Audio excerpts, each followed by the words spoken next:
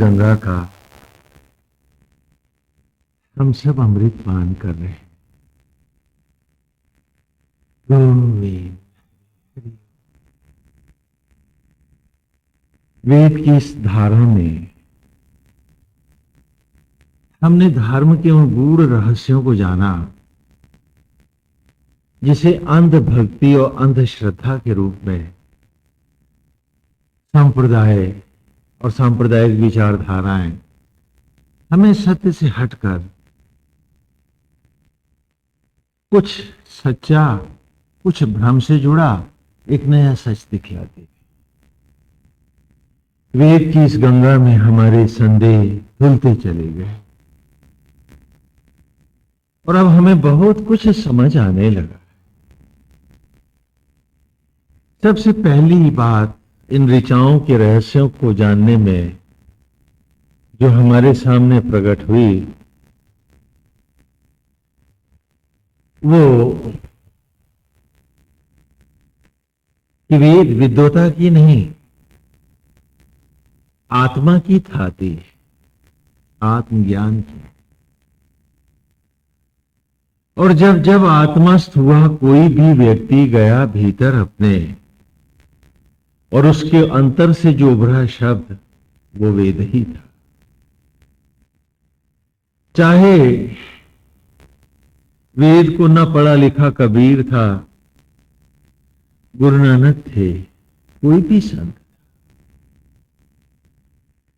कोई भी कवि था, कोई भी शायर था, जो भी भीतर गया और उसके अंतर से जो आवाज उभरी आत्मा से, वो आवाज बिल्कुल वैसी थी जो आज वेद की ऋचाओं में हम पढ़।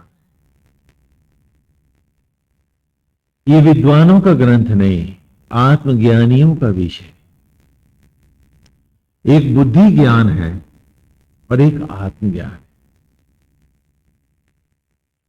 सनातन धर्म ने इन दोनों के भेद को पहचाना और उसने दोनों में एक ही को चुना है। पिछले रविवार को एक भक्त फिलॉसफी की बात कर रहे थे। फिलॉसफी में दो शब्द हैं, फाइलास एंड सोफास। फाइलास कहते हैं लव या आसक्ति को, और सोफास कहते हैं सूक्ष्म टेक्निक को, सोफिस्केटेड वेपन्स। ये सोफास से सोफिस्केटेड पर, ये दोनों वर्ड जब जुड़ते हैं तो बनता है philosophy. Philosophy is lust for love and knowledge, जिसे हम बुद्धि विलास अथवा वाणी विलास भी कह सकते हैं। जबकि सनातन धर्म ने फाइलास और सोफास के स्थान पर अध्यात्म को स्वीकार, जो कि फिलॉसफी का लिटरल मीनिंग नहीं हो सकता। आद्य माने होता है अराउंड, चहु ओर, आत्मा आत्मन, कि मेरी आत्मा से उभरता जो भाव है वही सच है। क्योंकि विजडम कैन ऑलवेज कंफ्यूज, बुद्धि तो कभी भी एक ही एक सत्य के नाना रूप बना लेती है, लेकिन आत्मा तो नित्य है, अजर अमर है, अविनाशी है, निर्धूम है। तो वो सत्य जो आत्मस्थ है वही सत्य है। इसीलिए सनातन धर्म को भी जब निरूपित किया, हमने वेद में पढ़ा कि जब इसका भी निरूपण हुआ तो किसी भी किताब को धर्म ग्रंथ की संज्ञा नहीं दी गई।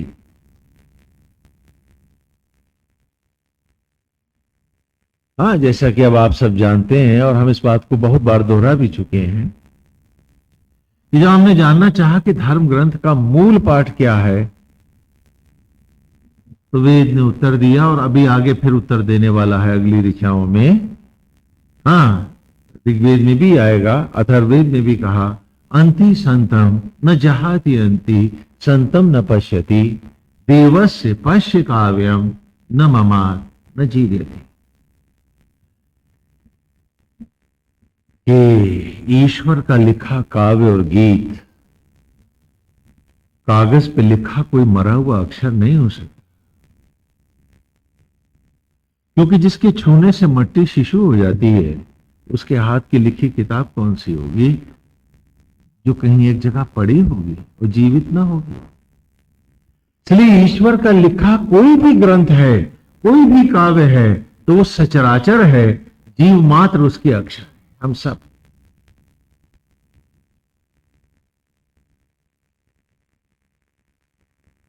तो सनातन धर्म ने, अथवा यूं कहें वेद को देने वाली इन धाराओं ने, जिन्हें हमने सनातन धर्म के रूप में जाना, उन्होंने प्रकृति को धर्म ग्रंथ बनाया। मनुष्य मात्र, जीव मात्र इसके अक्षर हुए, चाहे वो पेड़ पौधे हैं, पशु पक्षी हैं।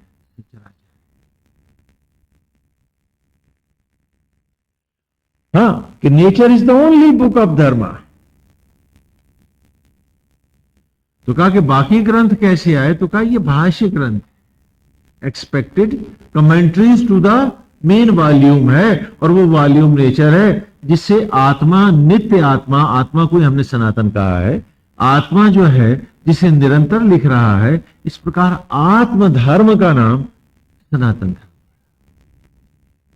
और क्योंकि आत्मा प्रकृति में स्वयं को अभिव्यक्त कर रहा है, इसलिए तर्क और प्रमाण की कसौटियों के बिना सत्य हमें मिलेगा कैसे, इसलिए सनातन धर्म में तर्क एक शास्त्र बने। क्या हो? तर्क करो, जिरह करो, समझो। बाकी धर्मों और संप्रदायों में आर्गू करना, शक शुबा करना गुनाह है, बुरा मानते हैं।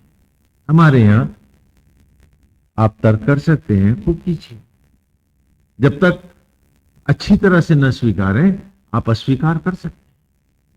तो इस प्रकार हमने देखा कि वेद ने अध्यात्म को और धर्म को भी जो रूप दिया, वो मैन मेड नहीं है, या कोई एक बाबा मेड नहीं है, बल्कि प्रकृति और पुरुष के सत्य लीलात्मक धर्म को अक्षरशः जीने की कल्पना का नाम ही धर्म। कि जिन कारणों से ये प्रकृति और पुरुष हमें बना रहे हैं, मट्टी से हम मनुष्य बनाए जा रहे हैं, और वो आत्मा जो आज भी हमारे जूठे अन्न को रक्त में बदल रहा है, बन की शबरी का राम, जिसकी हम सांस सांस क्षण क्षण ऋणी हैं, क्योंकि सांसों की कीमत नहीं ली है उसने, तो न्यौछावर कर रहा है। भूतारम रत्न धातमम, आरंभ में ही पहली ऋचा में वेद की हम, तो उस सत्य को पढ़कर, जानकर, उसका अनुसरण करते हुए उस सत्य के साथ अद्वैत करना ही धर्म है। जब मैं शरीर से का एक तन का एक हिस्सा भी नहीं बना पाया, तो अगर मैं कोई संप्रदाय या धर्म बनाऊंगा, तो सांस तो मैं अपने को ना दे पाया, उसे जीवन कौन देगा उस धर्म को, संप्रदाय? तो वो उसमें भ्रम और असत्य के अतिरिक्त और होगा।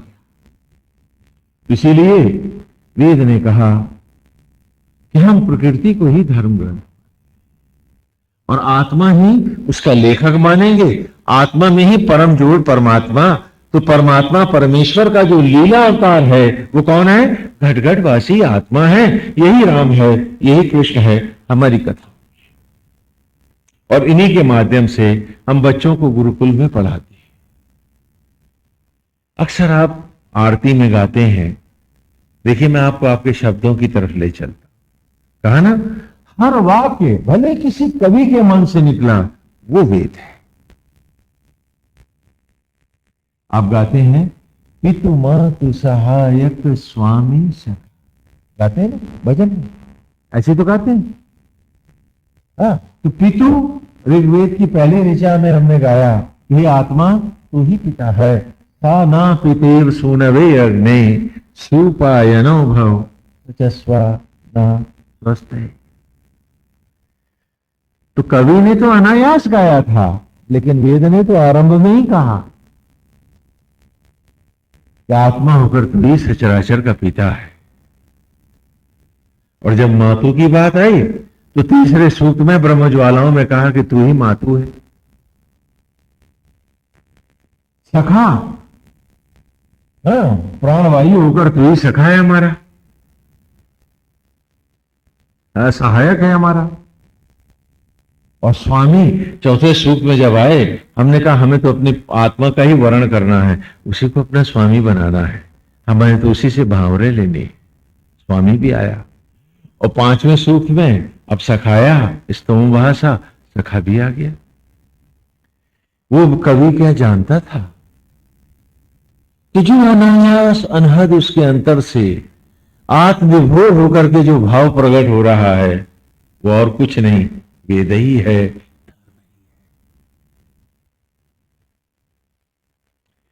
और धर्म बेशक पूरी विद्वता से बहुत परे है। शायद इसीलिए नाना भाष्यकारों ने वेद को छूना चाहा और विद्वता के स्तरों पर वे नहीं पाए उसको।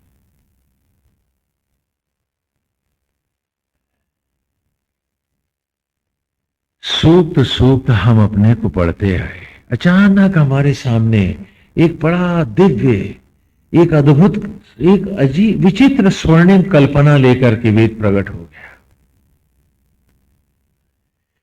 कि हम यहां के नहीं हैं, हम तो क्षीर सागर के, हमें लौट के जाना है वहां। और उसी की कल्पनाओं को गुरुकुल की शिक्षा में सबसे पहले यज्ञोपवीत के साथ हमने छात्र को दिया।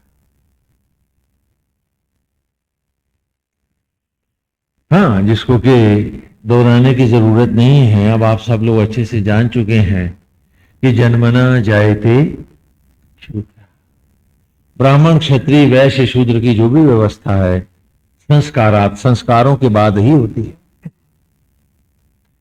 और ये किसी एक किताब में नहीं लिखा, हम सबके माथे पे लिखा है, हमारे आचरण और व्यवहार में लिखा कि जब भी लड़का उत्पन्न होता है हम 12 दिन का सूतक मनाते हैं, और जब तक उसका यज्ञोपवीत संस्कार नहीं होता, वो पहले गुरुकुल में ही होता था, घरों में नहीं होता, तब तक वो द्विज नहीं कहलाता था ब्राह्मण के घर में भी। और इसे हम भूले नहीं। और जब वो संस्कार के समय यज्ञोपवीत को हाथ में लेके कसम खाता था, संकल्प लेता था कि मैं इसी शरीर रूपी गर्भ में तन सामग्री को आत्म ज्वालाओं में यज्ञ कर जीव और आत्मा के द्वैत को अद्वैत करता हुआ ब्रह्मांड से ज्योति बनकर प्रकट होऊंगा। और जब वो इसका त्रिवाचा भरता था जनेऊ कराते समय यज्ञ के सामने, तब मैं कहता था कि तेरे इस संकल्प से, इस उद्घोषणा से मैं तुझे द्विज घोषित करता। लेकिन जब तक वो संस्कार नहीं हुआ, ब्राह्मण के घर में वो ब्राह्मण कहलाता है क्या? जब तक जनेऊ नहीं होगा वो वेद का पाठ नहीं कर सकता, वो यज्ञ हवन में नहीं बैठ सकता, यजमान नहीं हो सकता। क्योंकि वेद ने कहा एको ब्रह्म द्वितीयो नास्ति। हम सबकी एक ही जात है, नारायण जात, क्योंकि वही हम सबको बना रहा। अभी तक कोई मम्मी पापा एक हाथ नहीं बना पाए तो एक बच्चा कहां से बनाएंगे, जानते ही नहीं। तो वस्तुतः जो भी वर्ण व्यवस्था है वो यज्ञोपवीत से है और यज्ञोपवीत नहीं है तो व्यवस्था का प्रश्न ही नहीं है। इसीलिए जब तक जनेऊ नहीं हुआ बालक का मेरे घर में भी, वो शूद्र ही कहलाए। वो पूरे कपड़े पहन के कच्चा अन्न ग्रहण कर सकता है, जबकि यज्ञोपवीत धारी के लिए वर्जित है। उसके लिए कोई कानून नहीं है, कोई व्यवस्था नहीं। और पुनः जब वो यज्ञोपवीत के संकल्प को पूरा नहीं कर पाया, रीने मर गया, तो हमने पैर दक्षिण कर दी कि ये पितृयान से दक्षिणायन जा रहा है। पितृ कौन?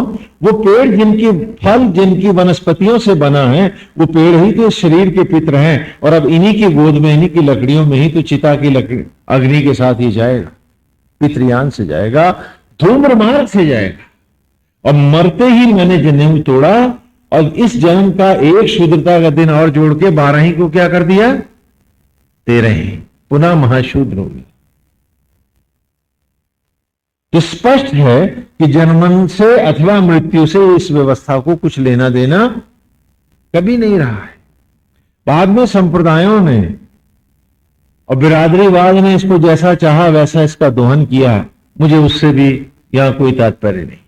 लेकिन जो धर्म की वेदोक्त धाराएं हैं मैं वो आपको बतला। और मरते ही जिस लड़के ने कपाल क्रिया करी उसे घर के लोग नहीं छूते हैं। क्यों? क्योंकि वो प्रेत बन के इसकी देह में 10वां पर्यंत वास करेगा, इसलिए वो अलग तखत पे बैठता है। और जब 10वें का ब्रह्म भोज होता है तब वो यथा योनि गमन करेगा। इसीलिए उसकी भस्मी को जो आप बटोर के लाते हैं, तो 10वें के ब्रह्म भोज के बाद आप देखते हैं कि इसमें चित्र कौन सा बना, तो वो कहां गया। तो तब तक वो प्रेत बन करके उस बालक की देह में ही वास कर रहा था। तो जाहिर है कि मरते ही आपकी पहली योनि क्या हुई? ये बताइए ना भाई, प्रेत योनि होती। तो फिर मुक्ति और मोक्ष की फिर मैं बात क्या करूं। लेकिन एक दूसरा मार्ग था। वेद ने कहा तू भूल गया है कि तन रूपी सामग्री को ब्रह्म ज्वालाओं में यज्ञ कर आत्मा से द्वैत कर उन आत्म अग्नियों से एक करता हुआ ब्रह्मांड से ज्योति बनकर प्रकट होगा।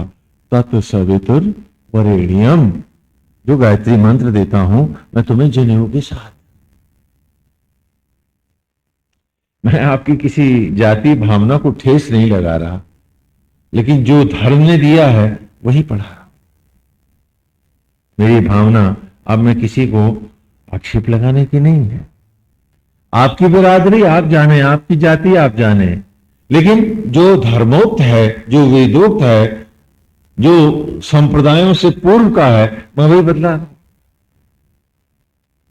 हाँ, मेरा कोई उद्देश्य नहीं है, इसलिए बता रहा हूं क्योंकि वेद की बैकग्राउंड जब तक नहीं बनेगी आप ऋचाओं का वो सुख ना उठा पाएंगे जो अमृत ऋचाओं में है। तो गायत्री मंत्र में कहा कि ओम अर्थात वो आत्मा, भू उत्पत्ति को करने वाला, तो वही तो है जो चिता की राख को नाना प्रकार के पेड़ पौधों, वनस्पतियों में, बालकों में, शिशुओं में लौटा रहा है। वो भू है, उत्पत्ति को करने वाला है। भुआ उत्पन्न किए हुए को धारण करने वाला, वही जो आज भी भोजन को मेरे जूठे अन्न को बन के शबरी का राम आत्मा होकर रक्त में बदल रहा है। स्व और आत्मा होकर जीव मात्र की देह मात्र में रहने वाला वो आत्मा। तत्सवितुः, ऐसे सूर्य के समान तेजस्वी आत्मा का वरेण्यम, तत्सवितुर वरेण्यम, तत्सवितुः वरेण्यम, संधि विच्छेद। ऐसे सूर्य के समान तेजस्वी अपने ही अंतरात्मा का मैं वर्ण करता हूं, अर्थात उन्हीं के साथ अपना गृहस्थ धर्म, सारे धर्म करता हूं, उनके साथ ही जुड़ करके, उनको वर करके, उन्हीं में अपने आप को व्याप्त करके जीने का संकल्प लेता। भर्गो देवस्य धीमहि, जो ज्योतियों के भरतार हैं, जो मोक्ष को देने वाले हैं, जो आवागमन से मुक्ति दिलाने वाले हैं और देवत्व की ओर, अमरत्व की ओर ले जाने वाले हैं, जो मेरी बुद्धि को प्रकाशित करने वाले हैं, हाँ, और बुद्धि का दान करने वाले हैं, ऐसे आत्मा का मैं वर्ण करता हूं, अर्थात आत्मयज्ञार्थ, आत्म सेवार्थ, आत्मवत जीने का संकल्प लेता। ये शरीर को भी आत्मा की धरोहर मानूंगा। देखिए जो जनेऊ आपके गले में पड़ा है वो क्या कह रहा है आपसे, कि शरीर को भी आत्मा की धरोहर मानूंगा, क्योंकि मैंने नहीं बनाया है, आत्मा ही बनाता है। तो पितु मातु सहायक स्वामी सखा, अपने अंतरात्मा को मानूंगा। जो आरती में नारायण की मूर्ति के सम्मुख गा रहा हूं, वो मूर्ति तो यहां साक्षात विराजमान है। ये तो आईने के सामने की प्रक्रिया है बाल झाड़ने के लिए। तुम भी तो शीशे के आगे बैठते हो, तो क्या झाड़ू शीशे को लगाते हो कंघी से या बालों को अपने?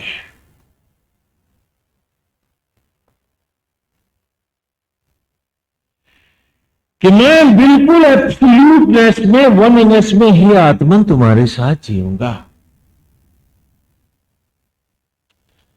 और फिर जब यहां जीता, हर सांस जहां से मिल रही है उसी में डूब के रहता, क्षण क्षण इसी में पलता,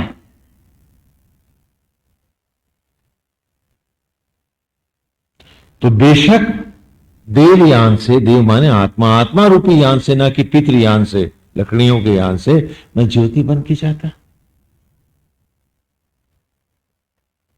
क्योंकि जो जो शब्द मैंने यहां आरती में गाए हैं वो सारे के सारे शब्द सूक्त बनकर मेरे सामने, आत्मा से जो भाव निकला, चाहे वो शायर है, कवि है, नहीं पढ़ा लिखा है, जंगल में बैठा कबीर है, ये गुरु नानक है, ये कोई भी संत है, रामकृष्ण है, जिसके भीतर से जब जब उभरा अंतर का भाव, वो सदा वेद था। और ये वेद ही जीवन है, क्योंकि वेद से ही जीवन का हर क्षण उभर रहा।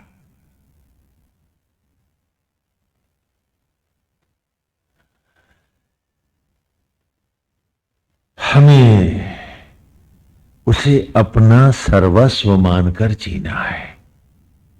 यही पिछले ऋचाओं में हमने लिया था कि हमारे पास दो भाव है, एक आसक्त भाव है और एक दूसरा उसी का जुड़वा भाई है, अनासक्त भाव है। दिन और रात की भांति ये साथ ही साथ चलते हैं हमारे जीवन में। जो इनका सही प्रयोग करता है वही इनके द्वारा मोक्ष पा जाता है। अब आप कहोगे, वाह स्वामी जी, आप तो कह रहे हो आसक्तियों से भी मोक्ष होता है। हाँ, होता है, इनका सही प्रयोग होना चाहिए।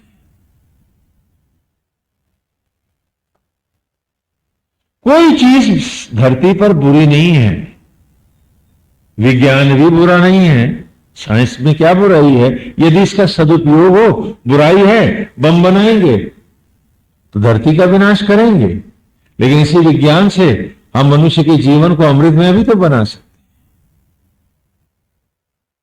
प्रश्न यह है कि इन दोनों भावों का बिल्कुल सदा हुआ सही प्रयोग ही मेरे मोक्ष का कारण है। ना मैं आसक्त भाव को मार सकता हूं और ना ही अनासक्त भाव को कोई मार सकता है हम में। हमें करना सिर्फ इतना था, वेद कह रहा है और यज्ञोपवीत के समय गुरु शिष्य को बता रहा है कि आसक्त भाव को आत्मा में ले जा।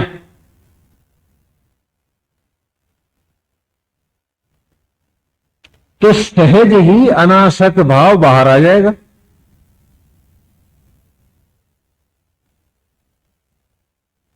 यदि संपूर्ण आसक्ति पितु, मातु, सहायक, स्वामी, सखा, और फिर आगे क्या कहा?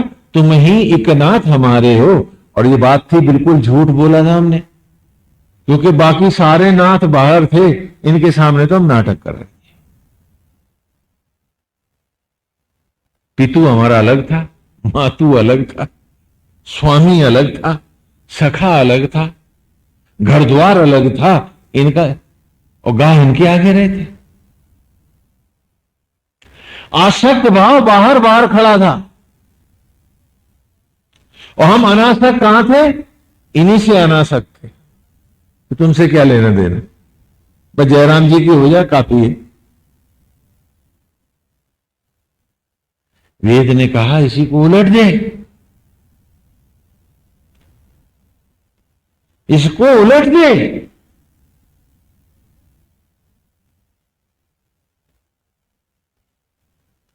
तो तेरा सच तेरे सामने आ जाएगा। और जब तक तू इसे नहीं उलट पाएगा, याद रखना बात, तेरी पूजा अधूरी है, तेरे पाठ में दम नहीं है। तेरी सेवा भी खोटी है, बेकार है ये। क्यों? क्योंकि जब तक तेरा इनमें आसक्त भाव नहीं है, तुम्हारा आसक्त भाव अपने दम्भ में है कि मैं करती हूं, मैं करता हूं, तो वो काम थोड़े ना कर रहे हो, सेवा का पाप कर रहे हो। क्योंकि वो कर्म जिसके द्वारा दम्भ मजबूत हो, ताकतवर हो, वो पाप ही तो होगा, पुण्य कैसे हो जाएगा? तो मैं करता हूं, मैं करती हूं, मेरे द्वारा ये होगा, ये भाव दंभ का जनक है। जब इनके प्रति समर्पण होगा तो ये होगा गोविंद आप ही करते हैं। क्योंकि पेचकस की कोई काबिलियत नहीं होती, हाथ तो मैकेनिक का होता है और हम तो खाली इंस्ट्रूमेंट हैं। सांस तुम्हारी, धड़कन तुम्हारी, बूंद बूंद रक्त तुम बनाते मेरे तन में, बुद्धि तुम दे रहे, विचार तुम दे रहे, फिर ये अलग से मैं क्या है, मैं कहां हूं? पूछो अपने आप से।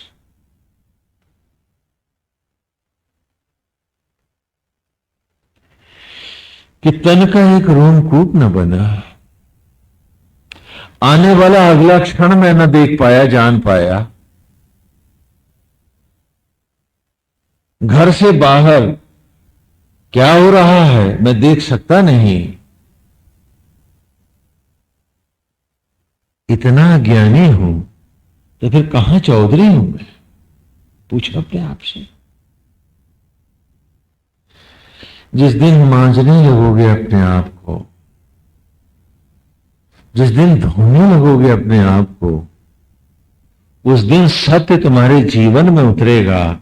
और जब तक मैं और मेरा का दंभ है, पाप के अतिरिक्त हम में कोई कुछ बटोरता नहीं, और पाप की गठरी बने पहली योनि प्रेत योनि में जाते हैं। हमारी ही भ्रांतियां हमारी कपाल क्रिया करती हैं, बन के पुत्र हमारे। क्यों? कि जीवन भर बटोरा पाप, दंभ का, मैं का, तो मिलता कैसे? गोविंद हमें। जबकि जनेऊ के साथ गुरुकुल में, पाठशाला के द्वार पर मैंने जनेऊ कराया था। और ये नहीं कि ये खाली आदमी का होता था, औरत का नहीं होता था। वो इसी बात से प्रमाणित है कि आज भी विवाह के समय दुर्गा यज्ञोपवीत आप कन्याओं का अपने गले में डालते हैं। तो अगर उनका होता नहीं था तो ये आता कहां से?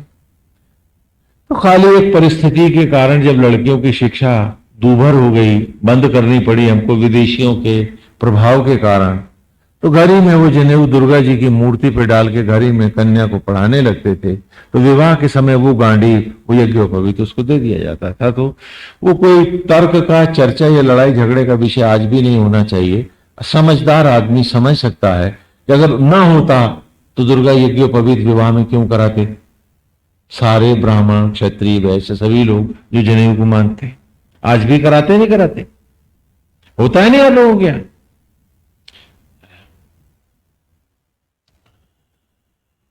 तो वो क्यों कराया था?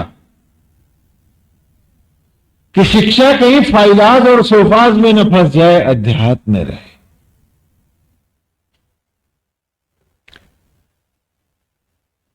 क्योंकि आत्मा से रहित बुद्धि विलास हमारा विनाश करता है।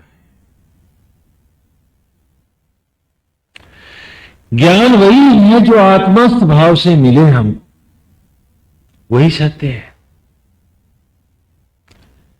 और जहां आसक्ति है वहीं समर्पण होता है। जब आसक्त भाव मेरा नारायण के चरणों में आएगा तभी तो मैं उनको समर्पित हो पाऊंगा, वरना तो दिखावा करूं।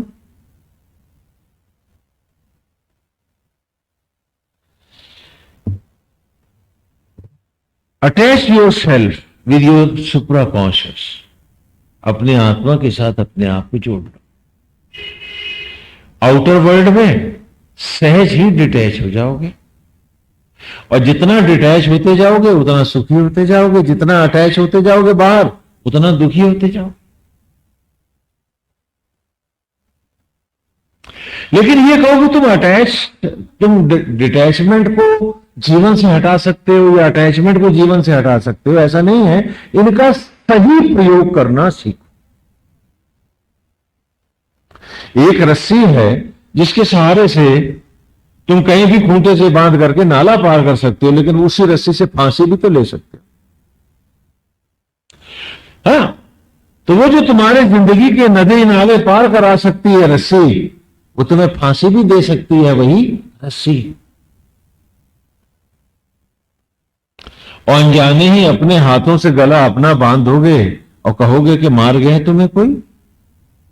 हम सब अपने ही कर्मों से अपनी मौत को बुलाते हैं। आसक्त और अनासक्त भाव को सही प्रयोग करना ही ईश्वर को पाना है। इसीलिए वेद का जब भी हमने आरंभ किया, प्रथम ऋषि ने ही यज्ञोपवीत के बाद, क्योंकि ये खाली एक मंत्र ही गुरु मंत्र नहीं होता है। गुरु क्यों धारण करते थे, थोड़ा इस विषय में और भी हम छोटी सी एक चर्चा कर लेते हैं। गुरु धारण करने के कई कारण हैं।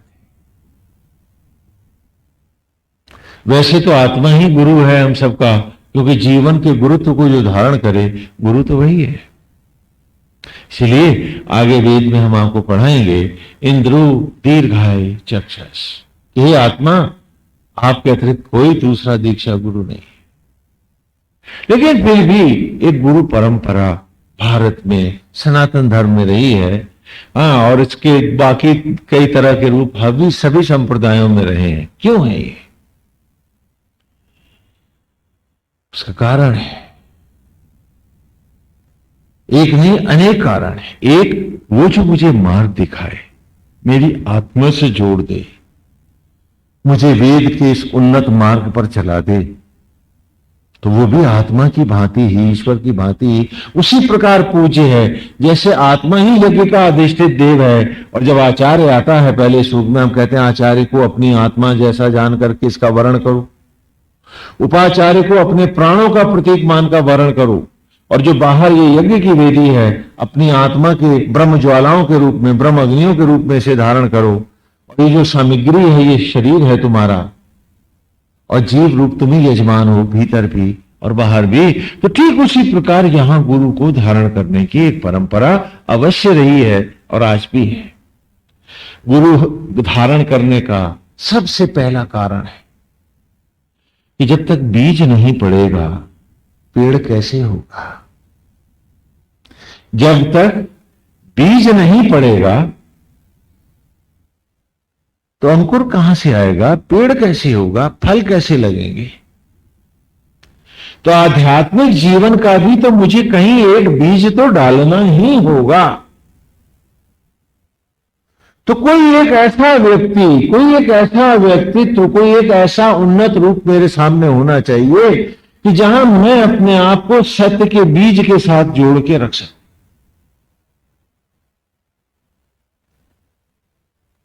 पूर्ण के प्रति मेरा भाव सच्चाई का होगा, उसमें कोई झूठ नहीं होगा, कोई कपट नहीं होगा, कोई छल और फरेब नहीं होगा, कोई संसार और कोई आचरण व्यवहार नहीं होगा।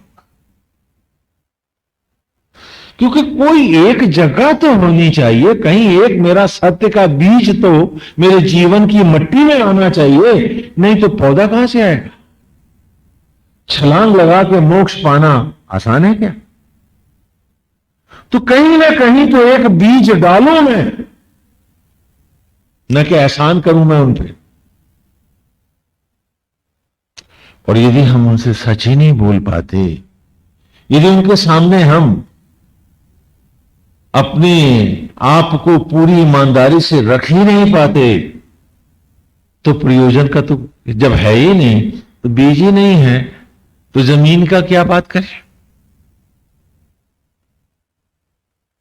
कि कहीं एक ऐसी जगह तो छोड़ दो जिंदगी में अपनी कि जहां तुम नंगा सच बोल सको और पूरी ईमानदारी के साथ वो आचरण कर सको जो ईश्वर को पाने के लिए तुम करना चाहते हैं।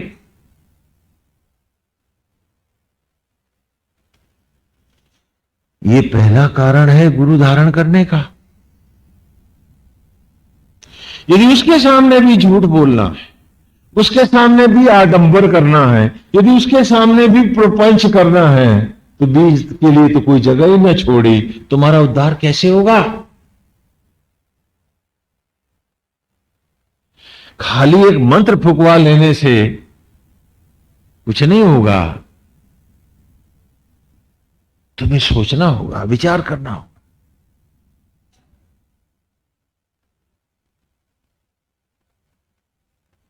कि क्या उसके सामने तुम बिल्कुल सच बोल सकते हो, कतई सच बोल सकते हो?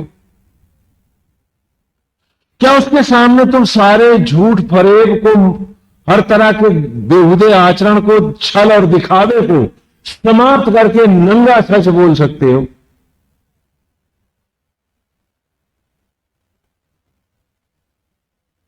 और क्या उसके सामने बैठ करके तुम इस भाव को जीवित रख सकते हो कि मुझे जो ईश्वर के सामने जाना है, अपनी ही आत्मा से अद्वैत करना है, उनके सामने हम उसी पवित्र भाव से बैठेंगे और उसमें कोई झूठ नहीं होगा, कोई दिखावा नहीं होगा।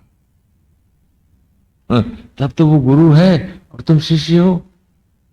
यदि उसके सामने भी तुम वही सब कर रहे हो जो दुनिया में कर रहे हो, तो तुमने तो कोई जमीन न छोड़ी अपने उद्धार के लिए।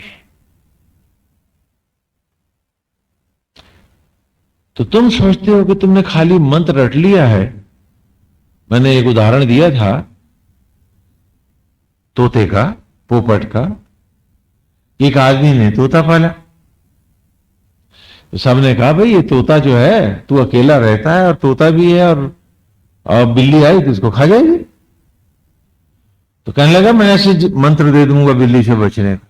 तो उसने क्या किया, तोते को मंत्र दे दिया। क्या कि बिल्ली आए तो उड़ जाना। तो तोता भी करने लगा, बिल्ली आए तो उड़ जाना। अब दिन रात तोता यही गाए, बिल्ली आए तो उड़ जाना, सिया राम जय राम जय जय राम।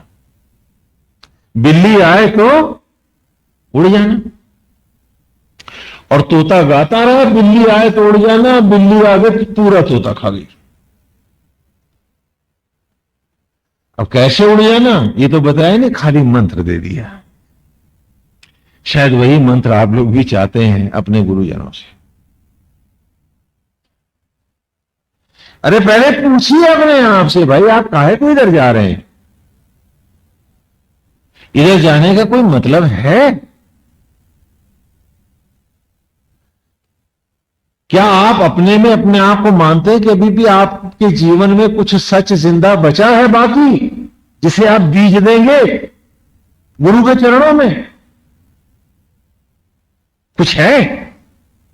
पूछो अपने आप से।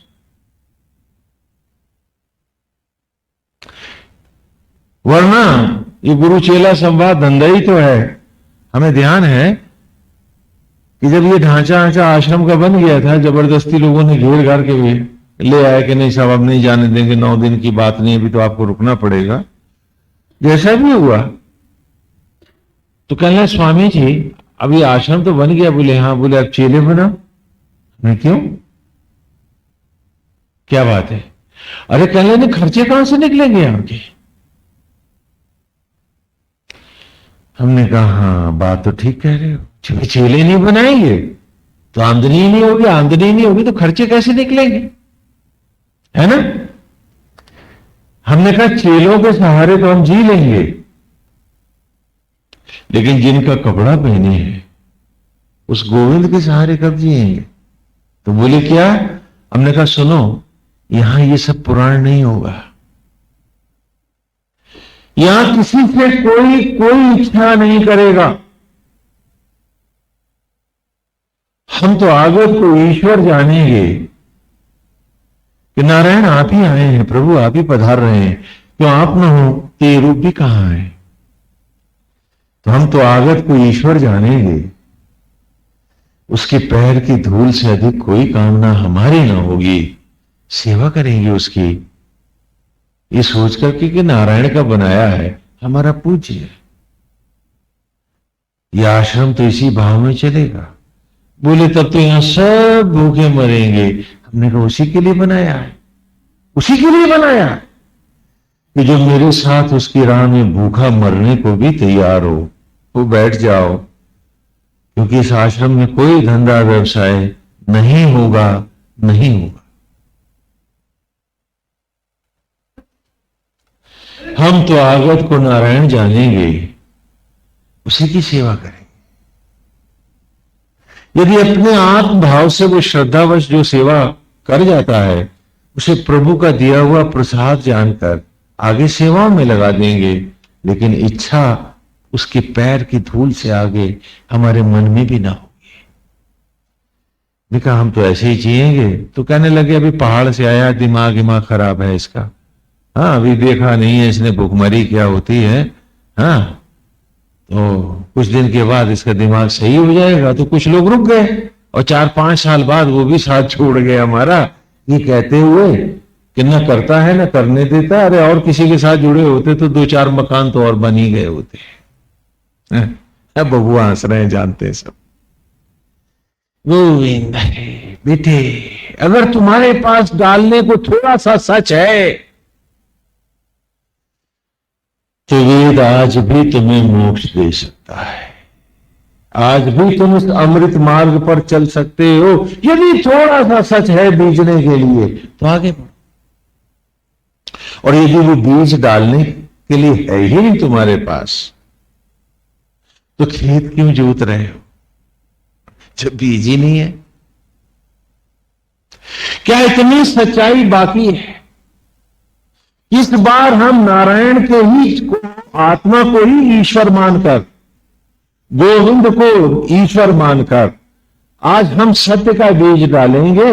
चलो बाकी सब जगह हम झूठ बोल लेंगे, जैसा चल रहा है वैसा चलने देंगे, लेकिन एक जगह हम पूरी तरह से, पूरी ईमानदारी से एक भक्त का, एक समर्पित भक्त का, ईश्वर के प्रति अर्पित होने का हम आचरण करेंगे। चलो बीज भर जगह छोड़ देते हैं, तो गुरु धारण करने की बात होती है। ये खाली मंत्रों की फुकाई से कुछ नहीं। एक घर छोड़ेंगे हम ऐसा, एक रूप ऐसा छोड़ेंगे कि जिनके सामने चाहे मृत्यु भी सामने खड़ी हो, हम अटल रहेंगे, टलेंगे नहीं।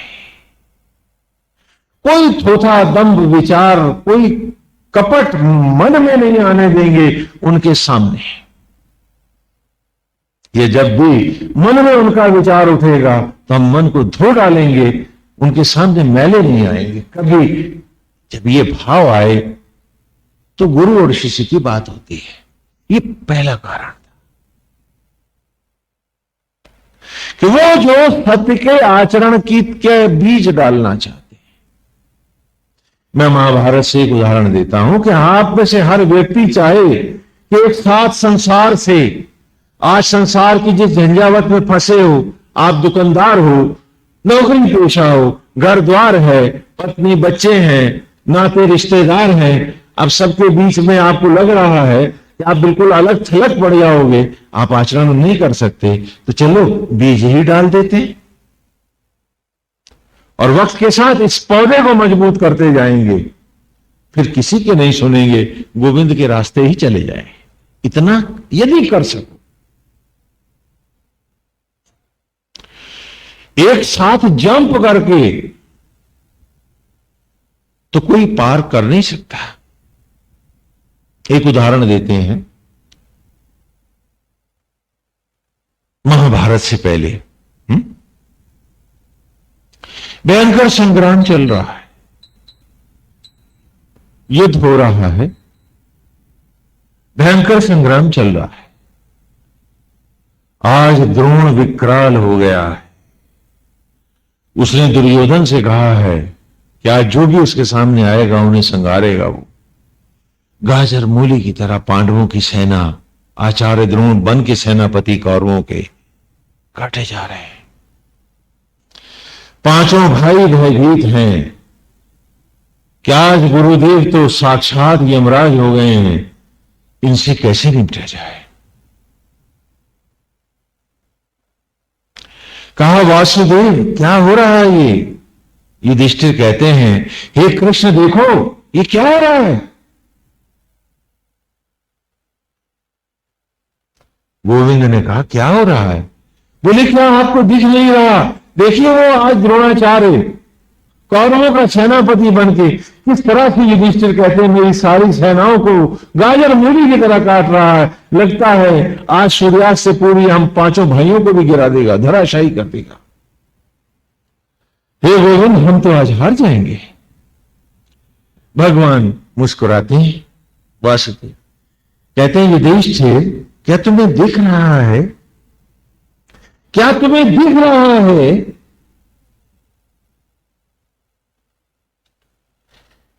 कि आचार्य द्रोण तुम्हारी सारी सेना मार रहा है? बोले गोविंद जो प्रत्यक्ष है उसको प्रमाण कैसा?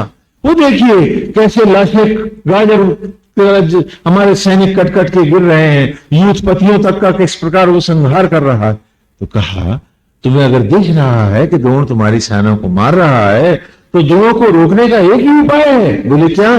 बोले तुम कहो अश्वत्थामा हतु। अश्वत्थामा आचार्य द्रोण के बेटे का नाम है।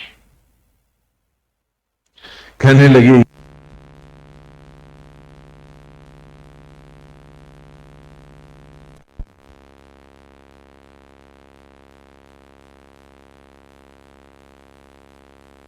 ये तो झूठ है गोविंद, ये मैं कैसे कर दूं? अश्वत्थामा हाँ तो ये मैं कैसे कह दूं? ये मैं कैसे कह दूं?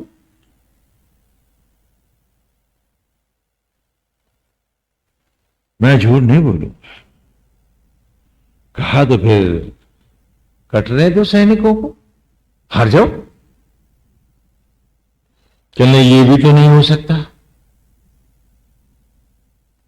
कि धर्म पर अधर्म की जीत हो जाए। तो कहा फिर कहो अश्वत्थामा हाँ तो। अब युधिष्ठिर जी बड़े धर्म संकट में कि भाई मैं तो सत्यवादी हूं, मेरा रथ तो धरती से 5 अंगुल ऊपर चलता है, मैं कैसे कह दूं अश्वत्थामा हाँ तो? जबकि वो मारा ही नहीं गया। अश्वत्थामा है अमर। अश्वत्थामा शब्द का अर्थ होता है, जो अर्थ जानना चाहें इसकी संधि विच्छेद करते हैं अश्वत्थामा की। अश्वस्य एव स्थाम बलम, कि जो नित्य होकर अपने बल को न खोए कभी, उसे संस्कृत में क्या कहते हैं? अश्वत्थामा। अश्वस्य स्थान बलम, कि जो आत्मा की भांति अथवा जो जीवन और मृत्यु से रहित होकर के अपने जगह पर अड़ा रहे, उसे क्या कहते हैं? अश्वत्थामा। और अश्वत्थामा है गुरुत्वाकर्षण शक्ति, धरती की माया, जो आज भी इस शरीर को मायाओं में बांधे रहती है, आप छूट नहीं सकते। और ये माया अमर है, यही अश्वत्थामा। महाभारत के पात्रों में कभी महाभारत को विस्तार से जब आप सुनेंगे तो आप देखेंगे कि हम आपको आप ही की कहानी सुना रहे हैं। सारे पात्र आप हैं। ये गुरुकुल की परिपाटी रही है आदिकाल में। तो कहा कहो अश्वत्थामा मारा गया। बोले इतना बड़ा झूठ, जो मारा ही नहीं जा सकता उसको कह दो मारा गया। बोले तो कहना ही पड़ेगा। भीम ने कहा कि भाई साहब मान जाओ, बोल दो, नहीं तो आज तो गजब हो जाएगा, आज ही हार जाएंगे हम सब। तो भीम ने एक सलाह दी, आप कहो तो मैं उस अश्वत्थामा हाथी, जो भगदत्त का हाथी है अश्वत्थामा, उसको मार देता हूं। तो मैं चिल्लाऊंगा अश्वत्थामा तो, और जब द्रोण पूछे तो कह देना हाँ मारा तो गया है। बोले लेकिन बाद में मैं कहूंगा नरो व कुंजरो। बोले आप कहते रहे ना, लेकिन अश्वत्थामा हतो तो कह दोगे, बोले हाँ कह देंगे। युधिष्ठिर सोचते हैं ये भी ठीक है, मैं तो हाथी के मरने की बात कह रहा हूं, अब अगर वो अपने बेटे को समझता है तो इसमें गलती उसकी है, हमारी थोड़े ना, मैंने कहां झूठ बोला। तो सर आप भी तो ऐसे सच बोलते हो ना, हा? कि सांप भी मर गए लाठी भी न टूटे, क्या बात है। तो युधिष्ठिर ने भी यही सोचा। यहां युधिष्ठिर अभिनय करके आपको आपकी परिस्थितियां दिखा रहा है। गुण दोष युधिष्ठिर के नहीं, अपने खोजो, अपने अपने, क्योंकि युद्ध धन स्थिर, आत्मज्वालाओं में स्थिर होने के भाव का नाम ही महाभारत में युधिष्ठिर है, अर्थात भक्ति का नाम है, शरणागति का नाम यहां युधिष्ठिर है। आपका वो भाव क्या आज हम ईश्वर पाएंगे। युधिष्ठिर का संधि विच्छेद करो, युद्ध धन स्थिर, जो जीवन के संग्राम में धर्म में स्थिर है वो क्या कहलाएगा। तो तुम्हारा धर्म भाव ही यहां युधिष्ठिर है, किसी राजा को ना पकड़ बैठना, नहीं तो कभी नहीं पाओगे अमृत वेद का।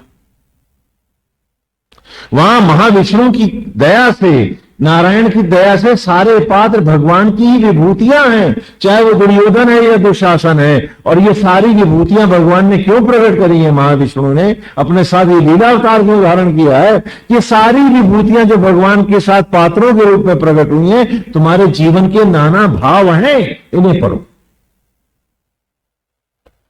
और हमेशा इतिहास पढ़ के चले जाते और अपने को पढ़ते नहीं।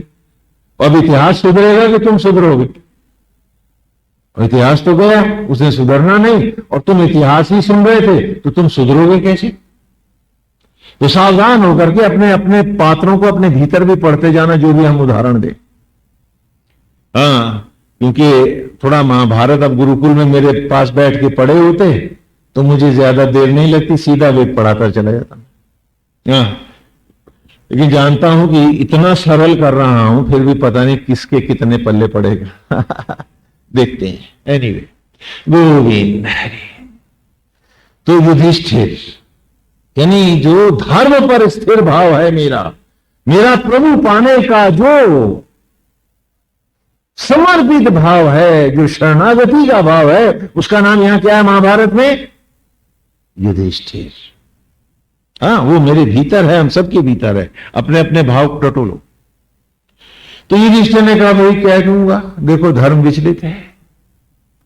कहना ठीक है, ये तो बढ़िया है, सांप भी मर जाए और लाठी भी ना टूटे। क्यों नहीं ठीक है। क्या मैं स्वामी जी ये थोड़ा ना ये कहा था, आपने ये समझ लिया हो। क्या बात है, बात हो गई सब।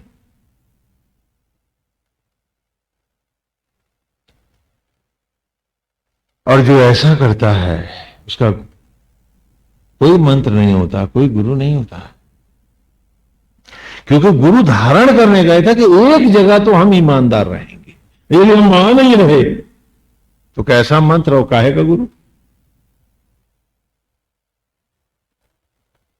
कि वहां पूरी पवित्रता के साथ जो वो कह रहा है, जाके अपनी आत्मा से जुड़ो, हम जुड़ के दिखाएंगे।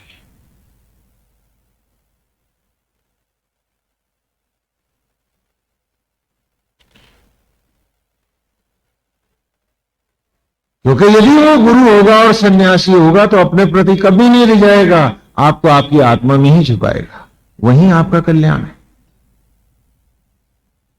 हाँ, तो युधिष्ठिर ने कहा कि हम कह देंगे। तो क्या कहो। तो भीम ने मारी गदा और भगदत्त का हाथी धराशायी हो गया। 1000 हाथियों का बल जिस भीम का। भीम आपकी संकल्प बुद्धि है, जीवन का संकल्प ही भीम है। तो संकल्प मारे तो गगन फट जाए, संकल्प हो तब है। हाथी मर गया और भीम बड़ी जोर से उछला, चिल्लाया द्रोण के सामने जाके, अश्वत्थामा हटो, मैंने मारा अश्वत्थामा। तो आचार्य द्रोण ने कहा मैं नहीं मानूंगा, तू तो परले सिरे का झूठा है, तेरी बात तो ना मानता। कहा नहीं मैंने मारा अश्वत्थामा, कहे युधिष्ठिर तुम बताओ। तो युधिष्ठिर ने कहा अश्वत्थामा हतो, जो उसने हाथों का बाकियों ने नगाड़े बजा दिए, नरोवा कुंजरोवा, वो सब छुप गया।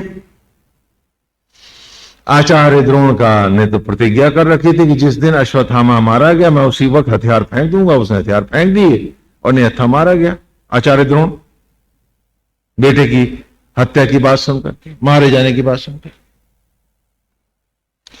तो महाराज युधिष्ठिर का रथ जो धरती से 5 अंगुल ऊपर चल रहा है, वो धरती पे आ गिरा।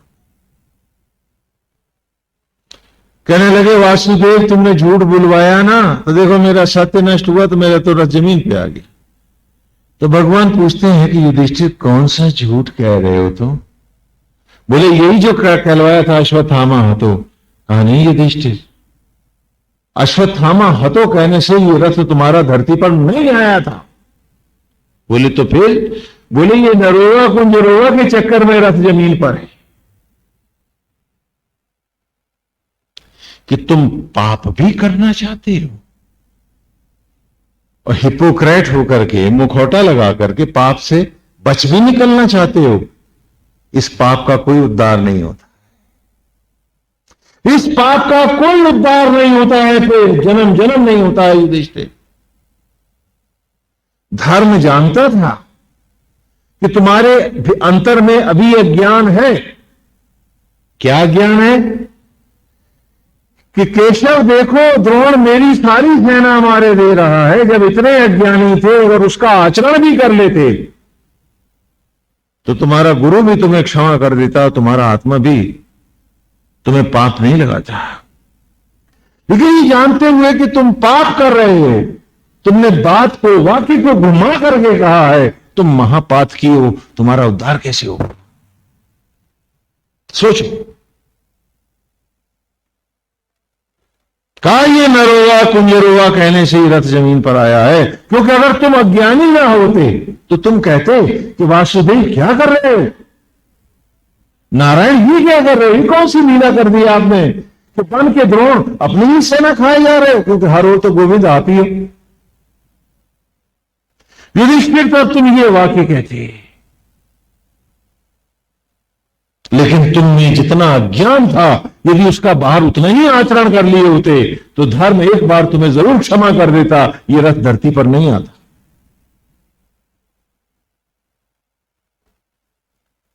इसलिए कहते हैं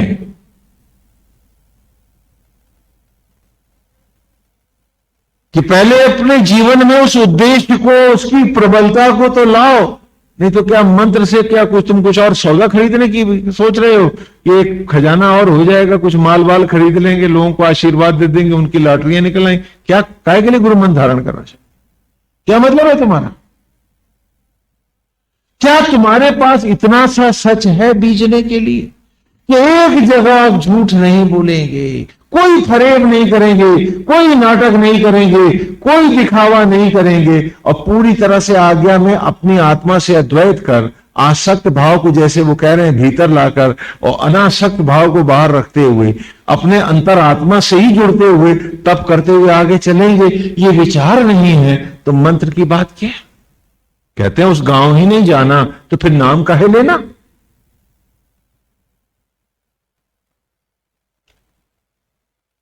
और अगर ये कोई फैशन है तो बेमानी है।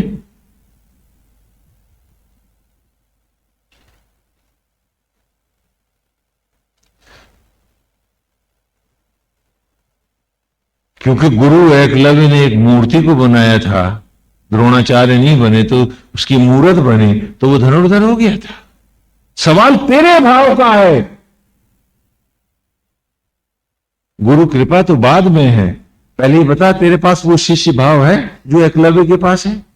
और एकलव्य वो है जो ये एकाग्रता से पूरी तरह से समर्पित होकर के जीने का, आत्मा से अद्वैत करने का भाव ही तो एकलव्य है, दो लव्य नहीं है उसमें।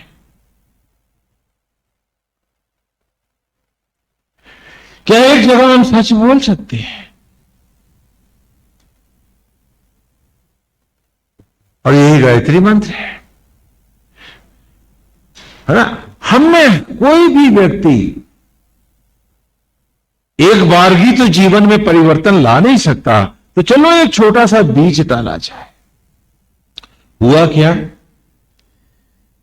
कि जब हनुमान जी चले गए उड़ करके और जानकी जी का पता ले आए, राम कथा सुना रहे हैं हमारे स्वामी जी आपको, बहुत सुंदर मनोहारी कथा है।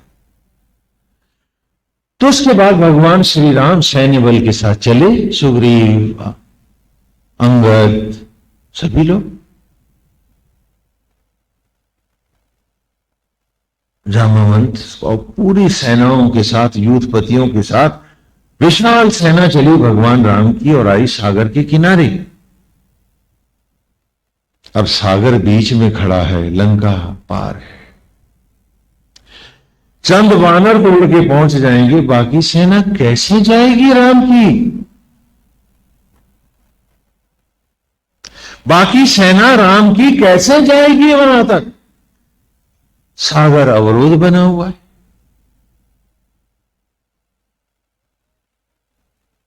उन्हें तो पुल चाहिए ना, पुल नहीं चाहिए क्या? पुल, बिना पुल के सेना पार कैसे जाएगी? ये पुल ही गुरु है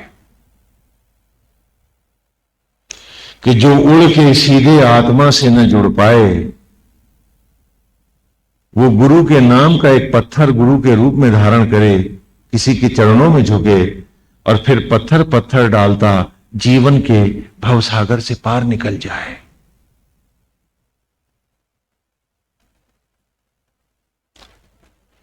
हाँ, गुरु आत्मा ही रहेगा, ये निमित्त गुरु होगा, आत्मा के निमित्त गुरु है। स्थान आत्मा का अपनी जगह है, वही नारायण है, वही गुरु है, ये निमित्त गुरु है। जैसे मंच पर अभिनय करते पात्रों में कोई दशरथ और कौशल्या नहीं है, लेकिन जब तक वो रूप भरे हैं, पूज्य हैं, वंदनीय हैं, समर्पण का हमारा भाव है, राम जानकी है।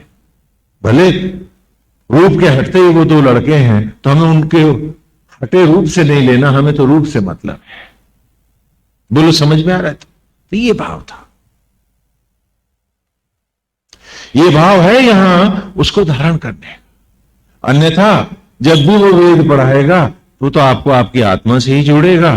हाँ, तो ये एक पुल का काम करता है, ब्रिज का काम करता है, इस भव सागर से उस पार लाने के लिए मेरी ही सूरत को, जानकी को, बुद्धि को आत्मा श्री राम से जोड़ने के लिए एक पुल चाहिए। जहां आसक्तियों का, रावण जो बाहर ईर्ष्या, द्वेष, क्रोध, लोभ, मोह का है, जहां मेरी ही 10 इंद्रियां 10 मुंह बनी मुझे दशानन रावण बनाए, वो मरे और आत्मा बुद्धि के साथ जुड़े, एक हो जाए। मेरी ही तो कहानी है। और इसी को ऋग्वेद की ऋचाओं में पिछले रविवार को भी हमने पढ़ा, क्या कि आत्वेता निषीदत इंद्रमभि प्रगायत सखाया स्तोमवास। क्या आकर तुम्हारे पास, तवेत माने आपका होता है ना, आकर आपके पास, तवेत माने शीघ्रता से भी है, तो दोनों अर्थों में लेते हैं। आत्वेता, आकर आपके पास, निषेधत बैठ गया जो,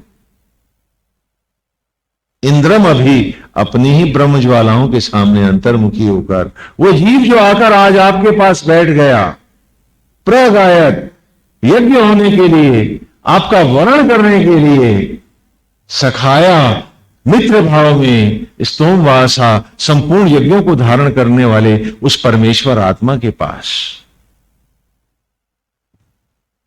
गुरु उसी का है, मंत्र उसी का है, वही सत्य कुछ पाएगा। वो जो बाहर बाहर 10 इंद्रियों को 10 मुंह बना करके रावण बना भटक रहा है, वो क्या पाएगा? पितृयान 12 को 13 करेगा और प्रेतपन के 10वां पर्यंत अपनी ही औलादों के देह में वास करेगा, तब यथा योनि गमन करेगा, आवागमन को जाएगा। तो कहा आत्वेता निषेधत, आकर बैठ गया है जो पास तुम्हारे, हे संपूर्ण यज्ञों को धारण करने वाले, हे आत्मा, हे सचराचर के सखा, हे गोविंद। सखा है ना भगवान, हाँ, सखा भाव कृष्ण का जानते हैं ना। गोपाल तो हर गोपी के क्या है? सखा है, सखा का अर्थ होता है कम्यून, जहां ना कोई छोटा होता है और ना कोई बड़ा होता है। भाइयों में भी छोटाई और बढ़ाई होती है, सखा भाव समभाव है। तो परमेश्वर हम सब की सम है, सबको प्यार करता है। एक हम ही है जो सब कुछ उसी से पाते हैं, लेकिन फिर भी उसे प्यार नहीं करते, दिखावा करते हैं। तो कहा आत्वीता निशीदत, आ और शीघ्रता से आकर बैठ आज अपनी ही आत्मा के पास। यहां व्याकरण इसीलिए हटाया गया है कि इनको सूत्र के रूप में धारण करो, तो आपके हर समय के हर आचरण के लिए वही ऋचा बार बार नई हो जाएगी, है ना। ये फॉर्मुलेशन है, यहां सूत्रात्मक भाषा है। आत्वेता आकर बैठ गया, निशीदत माने बैठना, इंद्रम अभी ब्रह्म ज्वालाओं के सामने, अपनी ही लपटों के सामने। प्रगायत, है ना, ग्रहण करने के लिए, गीत बन करके ज्वालाओं के द्वारा गुनगुनाए जाने के लिए, अर्थात यज्ञ होने के लिए। सखाया स्तोम वाहसा, क्या आज आत्मा परमेश्वर के सामने बैठा है, अब बाहर नहीं खोजता उसे, अब तो वो भीतर आ गया है। वो सत्य जो उसके अंतर में है वो उससे जुड़ गया है, आज वो गोविंद को पा गया है। कहां पाया है उसने? तो आज की ऋचा खोलें जिन्होंने डायरी में नोट किया है, क्या कहां पाया है उसने? पुरुतमम पूर्णाम ईशान, हाँ, पुरुतमम पूर्णाम ईशानम वार्याणाम इंद्रम सोमे सचा सुते। पुरुतमम, कहां मिले हैं वो दोनों? कौन सी जगह है वो? कौन सा तीर्थ है वो? तो कहा पुरुत्तमम। अरे लोकों में भी बड़े उत्तम लोक में मिले हैं वो दोनों जाकर, इस देह लोक में जो मिले, शरीर में मिले, कि जिसकी हर ईंट स्वयं परमेश्वर रखे और आत्मा होकर विराजे। इस देह लोक से और ज्यादा कौन सा लोक होगा जहां तू प्रभु के इतने करीब होगा? अगर तू किसी स्वर्ग की, देवलोक की भी कल्पना कर रहा है, वो किसी महल में होगा, तू किसी झुग्गी में, दर्शन ही दुर्लभ होगा। यहां बैठे हैं आमने सामने, और कैसे लोक में बैठे हैं, जिसको चौथे सूक्त में हम ऋचाओं में कराए हैं कि आज ये तन मंडप बना है। ध्यान कर लो चौथे सूक्त की ऋचाओं, और कैसा सुंदर मंडप है ये, कि जहां असंख्यों चांद सितारे मोतियों से जड़े हैं। यहां कुमकुम और बिजलियों की बात मत करो, यहां गंधर्व और सिद्धगण मंत्र पाठ करते हैं और गंधर्व गान करते हैं, यहां किन्नर और यक्ष नृत्य करते हैं। आज उस पीठ में ये जीव रूपी गोपी आत्मा रूपी गोविंद से इस देह में मिली है। जो उसमें नहीं है वो सचराचर में कहीं नहीं। वो कौन सी नदियां हैं जो इस में हैं, वो कौन से पेड़ हैं जो यहां खिलते नहीं, वो कौन सी वाटिकाएं हैं जो मेरे अंतर में पुष्पित नहीं है।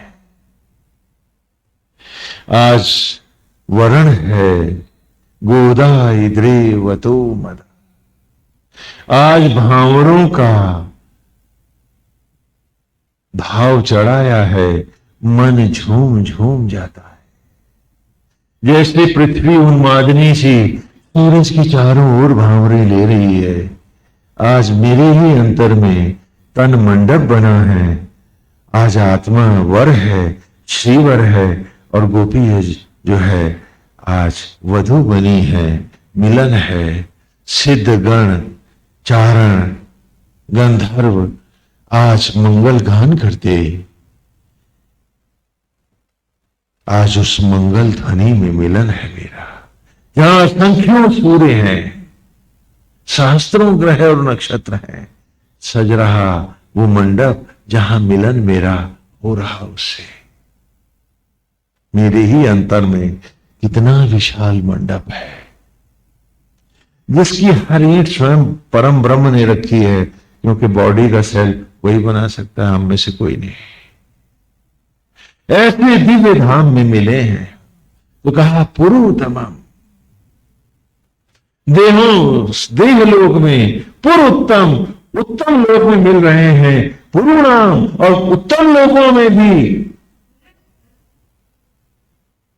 ईशानम, जहां स्वयं परमेश्वर ईश्वर बन करके सूर्य बन के जगमगाता हो, ऐसे लोक में जीव और आत्मा आज मिल रहे हैं। इस कल्पना को जगाओ, इसमें आसक्ति ले आओ, सारा संसार तुम्हारा अनासक्त भाव में आ जाए। फिर ये ऋचा, ये मानस की चौपाई भी तुम्हें समझ में आ जाएगी कि जेहि विधि राखे राम ताही विधि रही है। और जिस दिन यहां मुलाकात हो जाएगी, उसी दिन ये ऋचा सार्थक होगी कि सीय राम में सब जग जानी। अभी गाते तो हो, मानते कहां हो? तुम्हारी जात का क्या होगा, तुम्हारी बिरादरी का क्या होगा, तुम्हारे लिंग भेद का क्या होगा, तुम में और पशु में जो भेद है उसका क्या होगा? कैसे मान लोगे सीए राम में सब जग जाने? लेकिन जब मिल लोगे एक बार उससे, उसकी उस मनोहारी छवि को अपने अंतर में, इस मंडप में, इस ज्योतिर्मय मंडप का भी स्पर्श पा जाओगे जिस दिन, अरे मेरे लिए मुमकिन नहीं है मुझ तक आना। दुनिया कहो सारी घूमाऊं मैं, पर नहीं है मुमकिन मेरा मुझ तक पहुंच पाना। आज यही हाल है हमारा। सारी दुनिया को सुधारने चला हूं मैं, और अपने से अछूता, अपने से अनजान, अनभिज्ञ। जरा कल्पना करो कि गांव के छोकरे ने कहा सब मरीजों का इलाज करेगा, बताओ कितने जिएंगे, कितने मरेंगे? गंवार के हाथ में सर्जरी का नाइफ थमा दूं तो क्या होगा? आज वही हाल हमारा है।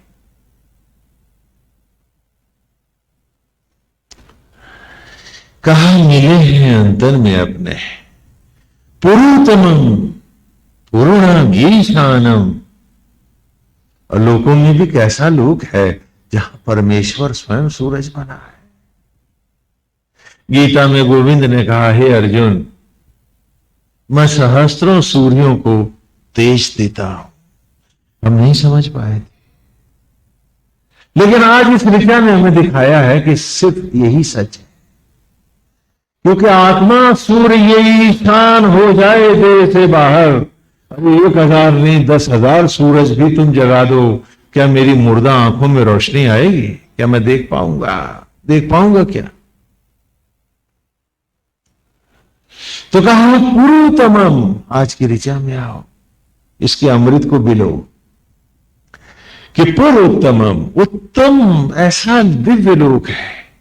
और इसी शरीर को मैं भुलाए बैठा हूं, आसक्तियों में फंसा बैठा हूं, मेरा ये मेरा वो, और खाली रूप के बाहर की सज्जा में फंसा बैठा हूं। भूल गया कि आत्मा ज्योतिर्मय गोविंद भीतर है मेरे।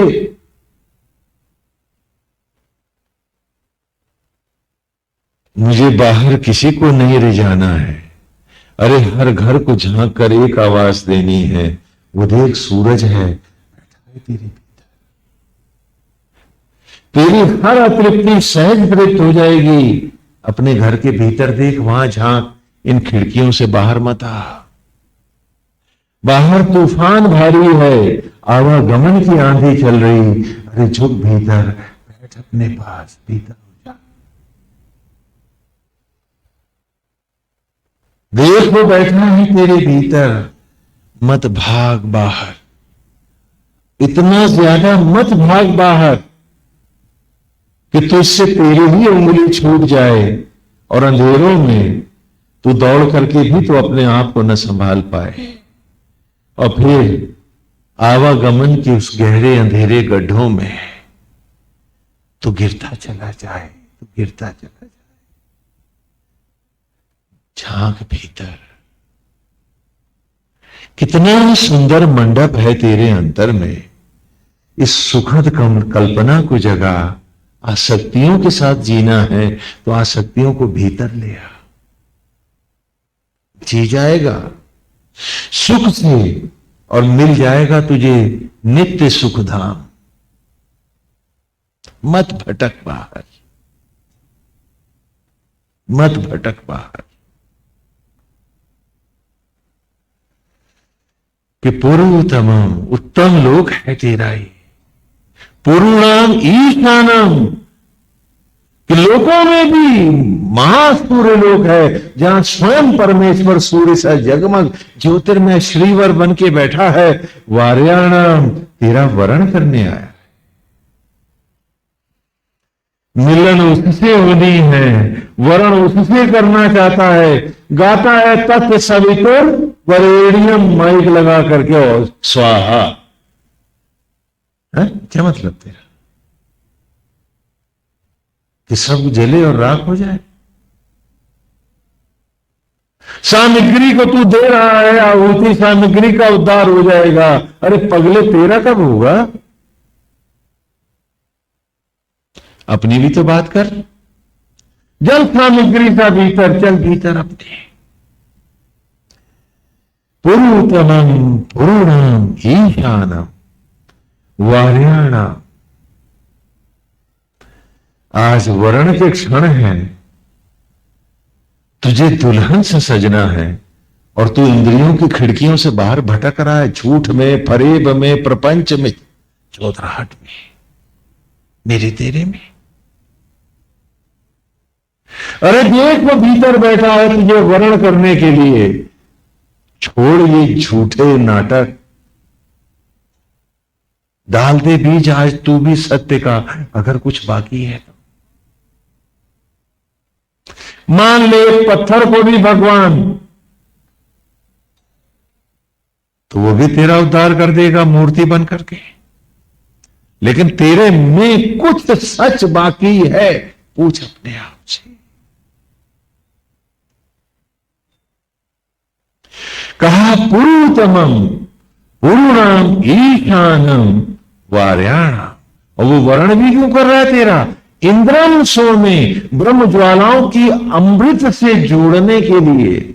इंद्रम सो में, इन ब्रह्म अग्नियों से प्रकट होने वाली उन सोम ज्योतियों से सचा संयुक्त करने के लिए, सींचने के लिए, तुझे अमर करने के लिए वो बैठा है भीतर। और तू है कि मौत की आंधियों में भाग रहा है बाहर। क्या तेरे पास कुछ भी विवेक बाकी है? कुछ भी सुधि बाकी है? कुछ भी सुरत है तेरी? यही कबीर पूछता, यही नानक पूछता, यही वेद पूछता तुझसे। ये सब वेद है कि पुरुतमम पुरुणाम ईशानम वार्याणाम, वर्ण करने आया है। तुझे अब वर्ण देना चाहता है, तुझे अपने में समेट लेना चाहता है। आज प्रियतम तेरा, और तू भाग रहा बाहर छिनारों की तरह। इंद्रम सोमे सचा सुते, ये ब्रह्म ज्वालाओं के उस अमृत से संयुक्त करके तुझे एक नए रूप में प्रकट करना चाहता है, एक अमर अवस्था में लाना चाहता है। अरे आ भीतर अपने, पहचान स्वयं को। कहां भटक रहा है रे बंदे? तेरे अंतर का वेद पुकारता तुझको, पूछता है तुझसे, क्या जागना नहीं चाहेगा तू? क्या अपने अंतर को पाना नहीं चाहेगा तू? हो गई है सीमाएं तेरे पास, तू अपने से भटक गया है दूर, बहुत दूर। तो भी अगर थोड़ी सी भी तेरे पास इच्छा बाकी है तो बीज दे आज उसको। ये बीज पड़ेगा सत्य का, फिर इसमें तप का अंकुर फूटेगा, आचरण और व्यवहार की शाखाएं आएंगी। और जब गोविंद का मात्र अपनी अंतर आत्मा का अंतर्मुखी होकर जब तू जीने लगेगा, तो इसमें से पुष्प निकलेंगे ब्रह्म ज्ञान के, आत्म ज्ञान के। ये बुद्धि विलास ना होगा, यही अध्यात्म।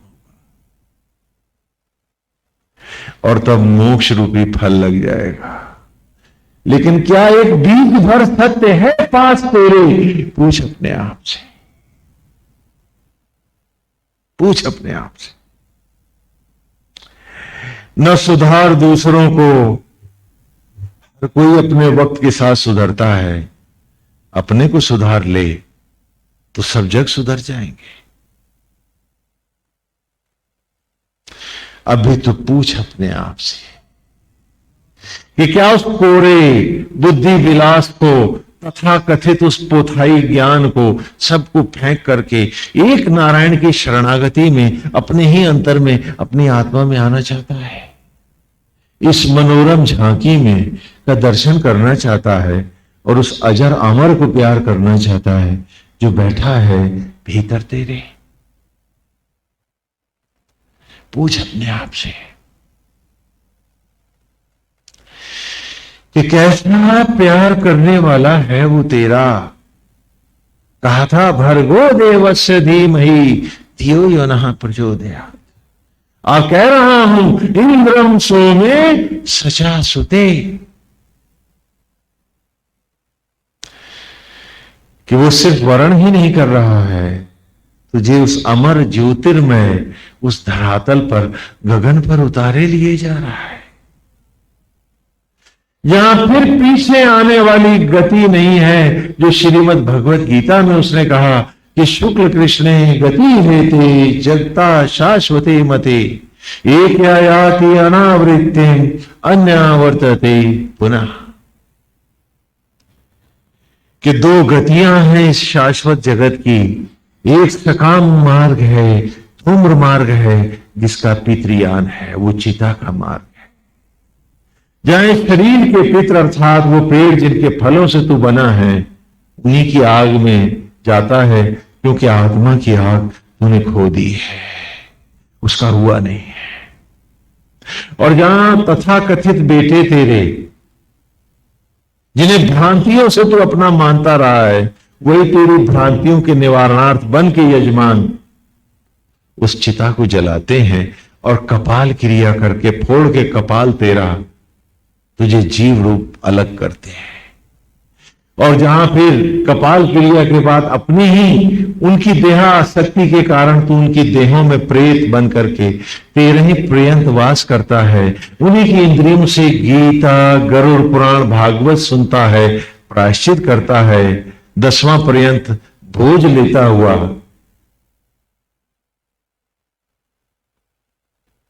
तो अभीष्ट योनियों को भटकने के लिए चला जाता है। और दूसरा मार्ग है शुक्ल मार्ग है, जिसका देव अर्थात आत्मायान है। जाएगा भीतर, रहेगा भीतर, हर क्षण आत्मा के साथ देव के साथ जिएगा भीतर, तो देवयान से ही तो जाएगा। फिर आत्मायान बनेगी, पितृयान नहीं होगा। आप में से बहुत से लोगों ने पूछा है मुझसे एक सवाल कि स्वामी जी जो ब्रह्मांड से ज्योति बनकर प्रकट ना हुए, क्या उनका उद्धार नहीं होगा? जिनके पास लक्ष्य आ गया, जिन्होंने बीज डाल दिया, उनका सदा उद्धार होगा। क्योंकि श्रीमद् भगवत गीता में स्वयं भगवान वासुदेव ने कहा है और इसे वेद ने कि हर ऋचा ने स्वीकारा कि अर्जुन इस मार्ग पर गए योगी। अब आप अपना योग का अगर मुर्गासन कुकुटासन लगा रहे हो तो मेरा उससे मतलब नहीं है। इस मार्ग पर अंतर की राह में गए योगी का कभी तप नष्ट नहीं होता। अगर माया उससे ये शरीर ले भी लेती है तो भी अपने अभीष्ट लक्ष्य के कारण वो जीवात्मा सीधा गगन को प्राप्त होता हुआ आत्मस्वरूप तप करता हुआ मुझ में व्याप्त हो जाता है, उसे भी पीछे आना नहीं होता।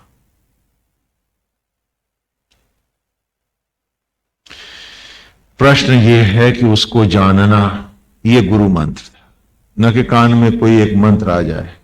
मजबूरी है, जब मालूम है कि आचरण ही नहीं करना है तो क्या करेंगे, जिद करेंगे तो कह देंगे अच्छा सिया राम करना, जय जय राम करना, क्या करेंगे। अब पत्थर की शिला पर कोई कहे सत्य का बीज रख दे सन्यासी, तो मैं यही तो कहूंगा क्यों बर्बाद कर रहे हो, मिट्टी तो आने दो पहले कुछ खाद वाली। क्या करेंगे हम? आप कहोगे हमें एक ऋचा उठा के आपके कान में बोल दें, क्योंकि पत्थर की शिला पर बीज कैसे रख दूं जहां न कोई सींचने वाला है, न कोई खाद है, न मट्टी है, न जमीन है, न धरातल है। हां, तुम बनाओ धरातल, है सच तुम्हारे पास, तो चलो अभी अंकुरित करते हैं, पेड़ हो जाएगा। है ईमानदारी? पूछो अपने आप से।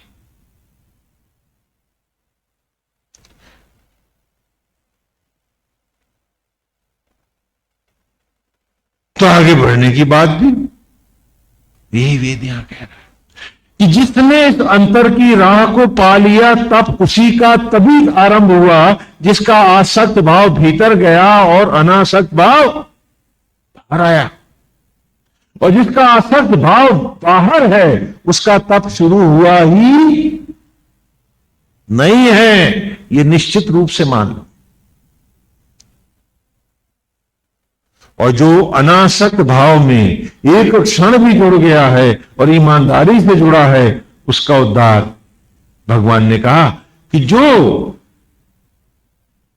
इस मार्ग में बैठ गए हैं, तप में बैठे योगी की मृत्यु नहीं होगी, अर्थात देह जाती है तो जाए तो भी उसके लक्ष्य की मृत्यु नहीं होगी, वो अदेह ही तप करेगा।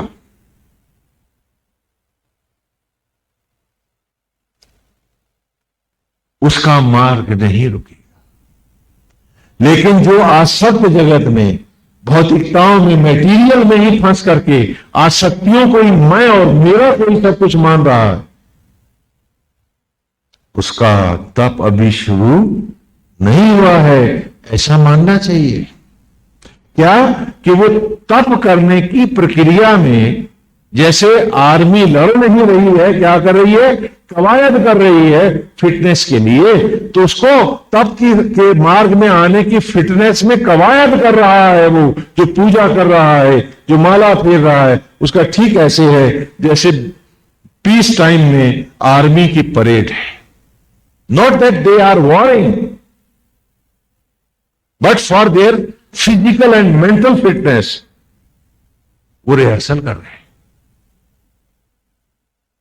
यदि आप इस भेद को समझ सकते हो तो वेद आपको समझ में आ जाएगा। और यदि आप ईमानदारी से इस दुर्गंध को मिटा दोगे तो आज इसी क्षण जो आत्मा के साथ जुड़ जाएगा, उसका अंत नहीं होगा, उसका अंत ही अनंत होगा, क्योंकि अंत नहीं होगा। उसका अंत नहीं होगा, वो अनंत होगा। और जो आसक्त जगत की विष पी रहा है, तो जो स्वयं ही अपने आप को पॉइजन दे रहा है, वो जिएगा कैसे? बता दो मुझको। इसलिए कहता हूं कि हम सब अभ्यास करें, इन वेद की ऋचाओं को अपने जीवन में धारण करें। यही सबसे बड़े मंत्र हैं। कैसे हैं? समझो इस बात को। आज भी कुछ भक्त लोगों ने मुझसे पूछा था कि नाना रूप हैं भगवान के।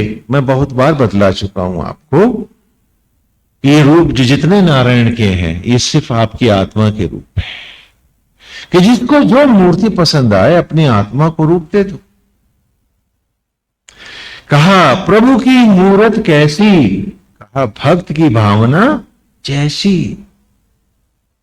इसलिए हमने कहा 33 करोड़ देवता हैं, चुन लो एक और बाकी सबको प्रणाम करो, क्योंकि तुम्हें तो जीव मात्र में अपने आराध्य को देखना है। तुलसीदास जी गए,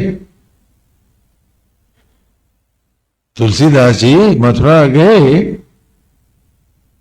तो उन्होंने कृष्ण की मूर्ति के सामने तुलसीदास जी को खड़ा कर दिया। अब तुलसी के तो राम और खड़े कर दिए कन्हैया के सामने। तो तुलसी क्या कहते हैं कि का कहूं छवि आपकी, क्या कहूं छवि आपकी, मतलब इतनी सुंदर छवि है, क्या बने हो राम। और तुलसी मस्तक तब झुके, हाँ क्या कहूं छवि आपकी, भले बने हो नाथ और तुलसी मस्तक तब झुके जब धनुष बाण हुए हाथ। हाँ, गोपाल जी के बाहों में अपने हाथ धनुष बाण आ गए और तुलसी ने प्रणाम किया कि जहां देखूं गोविंद आप ही को देखूं। तो आराध्य कोई भी हो, हर आराध्य में अपना आराध्य देखो। मूर्ति कोई नहीं, जीव मात्र को मन ही मन प्रणाम करो, क्योंकि वो ना हो तो यहां क्या होगा? क्या सबके साथ इस सखा भाव में जीने में तुम्हें कोई तकलीफ होगी? न चाह होगी न इच्छा होगी, बस प्यार ही प्यार होगा। हमें इसके दुर्गुण से उसके सद्गुण से लेना क्या? मेरा गोपाल आत्मा होके विराज रहा है, मुझे तो उसी को चूमना है। गोविंद है तभी तो ये है। तो हर रूप में उस रूप को सजाकर सबसे भी तो प्यार कर सकता हूं। तो बाहर सबको प्यार करता हुआ भी सिर्फ अपने आत्मा गोविंद को ही तो प्यार कर रहा हूं, तो बाहर कहां, भीतर ही तो जी रहा हूं। क्या ऐसे नहीं जिया जा सकता? हम नहीं जानते हैं, बाकी सब तपस्वी लोग आपको प्रवचन देते हैं तो कैसे देते हैं, लेकिन पूरी ईमानदारी से बताता हूं कि जब आप कहते हो कि स्वामी जी वेद पढ़ाओ, तो मन में एक ही भाव होता है, गोविंद मैं परीक्षा देने आया हूं। रूप में गोविंद आप ही तो सुन रहे हो, और ये आपकी दया है जो आप बैठे हो सुन रहे हो कि कुछ पाया भी है या नहीं। क्योंकि विद्वान विद्वता तो जानता नहीं, जानता हूं सब में वही विराजते हैं, इसलिए अंतर्भाव एक ही रहता है कि नारायण आप ही हर ओर हैं। आप परीक्षक हैं, मैं परीक्षार्थी हूं। बड़प्पन की तो बात ही नहीं है। क्या ऐसे हम सब नहीं जी सकते कि आओ दंभ तोड़े, आओ मिथ्याभिमान फेंके, आओ सब में गोविंद भाव लाएं, क्योंकि आत्मा होके वो ना होगा तो ये रूप कहां होंगे। आओ आसक्तियों को फेंक दें, आओ पवित्र संबंधों की बात करें, आओ सब में पवित्र ईश्वर का भाव लाएं, आओ सबको प्यार करें, आसक्तियों से परे। आओ अपनी ही आत्मा को हर ओर रूप दें, एक रंग दें, ज्योतिर्मय बनाए। इसी भावना से ही हमने आपको मंदिर दिए, क्योंकि वेद में किसकी पहली पाठशाला ही हमने मंदिर से शुरू करी है। तो बालकों को बता दिया है कि ये रूप तुम्हारे हैं, पलथी के जैसा ही चबूतरा है, जैसे तुम ध्यान में लड़के बैठते हैं।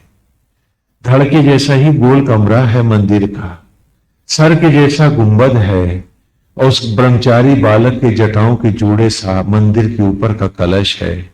आत्मा जैसी ही मूर्त है, जैसे सब में गोविंद समाया है, तो वह मूर्ति बिठा दी। और वो जो पुजारी देखते